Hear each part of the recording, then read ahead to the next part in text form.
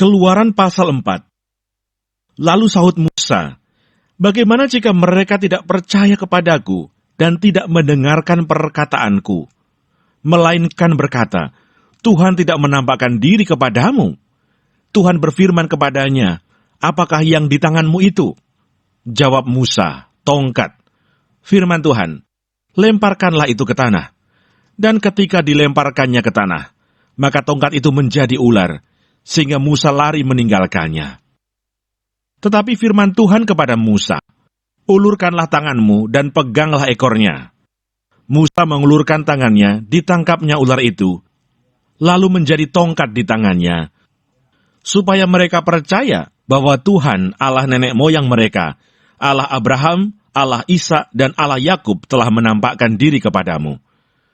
Lagi firman Tuhan kepadanya, "Masukkanlah tanganmu ke dalam bajumu." Dimasukkannya tangannya ke dalam bajunya, dan setelah ditariknya keluar, maka tangannya kena kusta, putih seperti salju. Sesudah itu firman-Nya, "Masukkanlah tanganmu kembali ke dalam bajumu." Musa memasukkan tangannya kembali ke dalam bajunya, dan setelah ditariknya keluar, maka tangan itu pulih kembali seperti seluruh badannya. Jika mereka tidak percaya kepadamu dan tidak mengindahkan tanda mukjizat yang pertama, maka mereka akan percaya kepada tanda mukjizat yang kedua.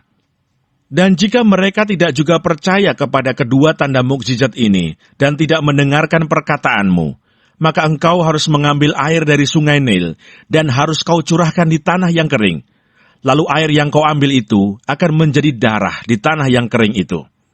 Lalu kata Musa kepada Tuhan, "Ah Tuhan, aku ini tidak pandai bicara, dahulu pun tidak, dan sejak engkau berfirman kepada hamba-Mu pun tidak, sebab aku berat mulut dan berat lidah." Tetapi Tuhan berfirman kepadanya, "Siapakah yang membuat lidah manusia? Siapakah yang membuat orang bisu atau tuli? Membuat orang melihat atau buta? Bukankah aku, yakni Tuhan? Oleh sebab itu pergilah, aku akan menyertai lidahmu dan mengajar engkau apa yang harus kau katakan." Tetapi Musa berkata, "Ah Tuhan, utuslah kiranya siapa saja yang patut kau utus." Maka bangkitlah murka Tuhan terhadap Musa, dan ia berfirman, "Bukankah di situ Harun, orang Levi itu kakakmu? Aku tahu bahwa ia pandai bicara, lagi pula ia telah berangkat menjumpai engkau, dan apabila ia melihat engkau, ia akan bersuka cita dalam hatinya. Maka engkau harus berbicara kepadanya, dan menaruh perkataan itu ke dalam mulutnya. Aku akan menyertai lidahmu dan lidahnya, dan mengajarkan kepada kamu apa yang harus kamu lakukan. Ia harus berbicara bagimu kepada bangsa itu. Dengan demikian ia akan menjadi penyambung lidahmu, dan engkau akan menjadi seperti Allah baginya. Dan bawalah tongkat ini di tanganmu, yang harus kau pakai untuk membuat tanda-tanda mukjizat." Musa kembali ke Mesir. Lalu Musa kembali kepada mertuanya Yitro serta berkata kepadanya, "Izinkanlah kiranya aku kembali kepada saudara-saudaraku yang ada di Mesir untuk melihat apakah mereka masih hidup." Yitro berkata kepada Musa, "Pergilah dengan selamat. Adapun Tuhan sudah berfirman kepada Musa di Midian, kembalilah ke Mesir, sebab semua orang yang ingin mencabut nyawamu telah mati." Kemudian Musa mengajak istri dan anak-anaknya lelaki, lalu menaikkan mereka ke atas keledai, dan ia kembali ke tanah Mesir. Dan tongkat Allah itu dipegangnya di tangannya. Firman Tuhan kepada Musa, "Pada waktu engkau hendak kembali ini ke Mesir, ingatlah, supaya segala mukjizat yang telah kuserahkan ke dalam tanganmu, kau perbuat di depan Firaun. Tetapi aku akan mengeraskan hatinya, sehingga ia tidak membiarkan bangsa itu pergi. Maka engkau harus berkata kepada Firaun, beginilah firman Tuhan, Israel ialah anakku, anakku yang sulung. Sebab itu aku berfirman kepadamu, biarkanlah anakku itu pergi, supaya ia beribadah kepadaku.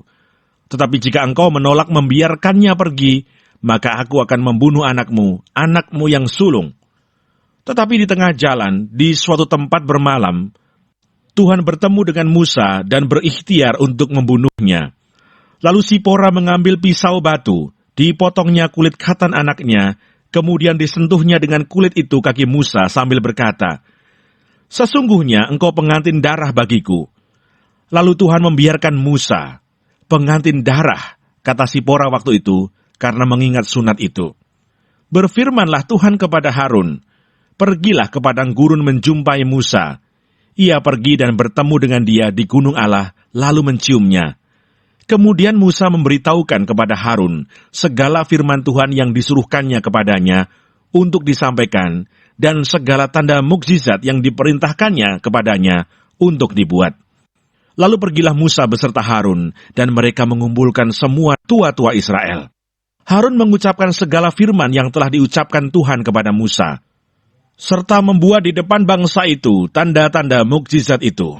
Lalu percayalah bangsa itu, dan ketika mereka mendengar bahwa Tuhan telah mengindahkan orang Israel dan telah melihat kesengsaraan mereka, maka berlututlah mereka dan sujud menyembah.